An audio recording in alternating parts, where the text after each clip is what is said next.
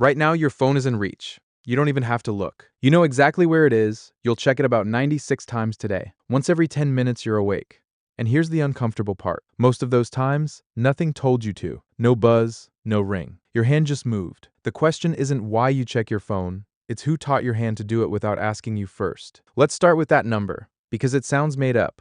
96 times a day. Researchers who track real phone usage put the average somewhere between 96 and 144 pickups every single day. Stretch that across a year, and you're reaching for a glowing rectangle more than 35,000 times. You sleep through 8 hours of that, so in your waking life, it's closer to once every 6 or 7 minutes. Now think about how many of those pickups you actually remember.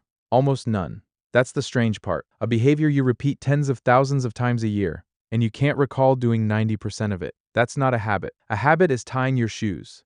This is something else. This is a reflex someone installed. So let's find out who. Start inside your own head, with a chemical you've probably heard blamed for everything: dopamine. Most people think dopamine is the pleasure chemical, the thing that makes you feel good.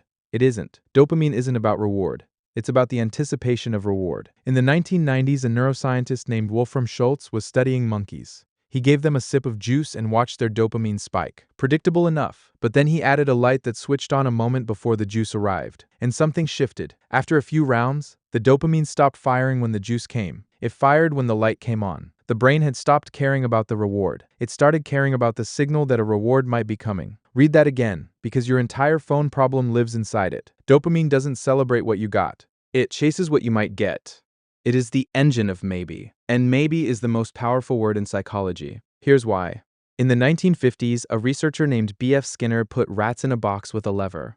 When the lever gave food every single time, the rats pressed it calmly, only when they were hungry. But when the lever gave food at random, sometimes yes, sometimes nothing, the rats pressed it compulsively, over and over, far past hunger. The randomness broke them. A predictable reward is boring. An unpredictable reward is a slot machine. Now think about what happens when you pull your phone out of your pocket. Sometimes there's a message from someone you love. Sometimes there's a like, a comment, a piece of news, and sometimes there's nothing at all. Yes, sometimes nothing. That is not an accident. That is the exact pattern that broke Skinner's rats. The pull to refresh gesture, drag down, watch it spin, wait to see what loads, was designed to feel like pulling the arm of a slot machine. The engineer who built it has said so publicly, and has said he regrets it. But the engineers didn't invent your weakness. They found it, sitting in your brain, hundreds of thousands of years old. Picture an ancestor on the savannah. The ones who survived weren't the calm ones who ignored new information. They were the ones who whipped around at every rustle in the grass, who couldn't resist checking what was over the next ridge, who craved novelty because novelty meant food, danger, a mate, a reason to stay alive. Curiosity wasn't a personality trait. It was survival equipment. For 300,000 years, the instinct to seek new information kept you breathing. Your brain still runs that software. Every notification is a rustle in the grass. Every unread badge is a ridge you haven't looked over.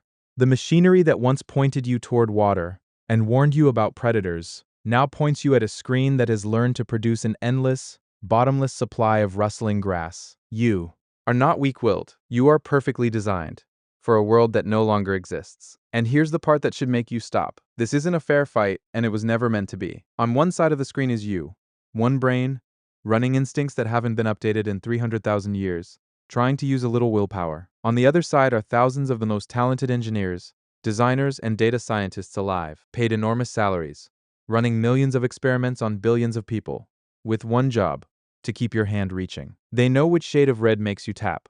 They know what hour you're most tired and least able to resist. They test the exact wording of a single notification on 100 million people before it ever reaches you. So when you blame yourself for lacking discipline, you're blaming one soldier for losing to an army he never knew he was fighting. And the cost isn't just time, though it is staggering amounts of time. The deeper cost is what happens to your attention in between. Every time you check, you fracture whatever you were doing. Research suggests that after an interruption, it takes the average person more than 20 minutes to fully refocus. But you don't get 20 uninterrupted minutes anymore, because the next pull happens in 6. So you live in a state of permanent partial attention, never fully on your work, never fully in your rest, never fully with the person sitting across the table. Remember that feeling of a day disappearing, of not knowing where the hours went?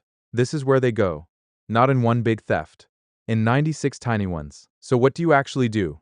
Not a 5-step morning routine, just one shift in how you see it. The phone isn't the enemy, and neither are you.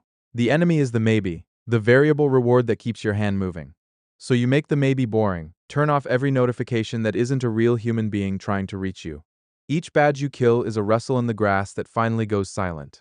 Charge the phone in another room so the reflex wakes up and finds nothing to grab. Put the screen on grayscale for a week and watch the slot machine lose its colors. You're not trying to win with willpower because you already know how that fight ends. You're changing the board so the fight never has to start. You're taking back the one thing the engineers can never test or optimize: the distance between your hand and the machine. Tomorrow morning, your hand is going to move toward your phone before you've even finished waking up. It'll happen the way it always does: automatic, invisible, like breathing. But this time, maybe there's a half second where you notice it, where you feel the reach before it completes, and you realize that reach was installed, that it was studied and tested and aimed at you on purpose. That half second of noticing is the whole game, because the people who built this counted on one thing above everything else: that you would never stop and ask who taught your hand to move. Now you're asking.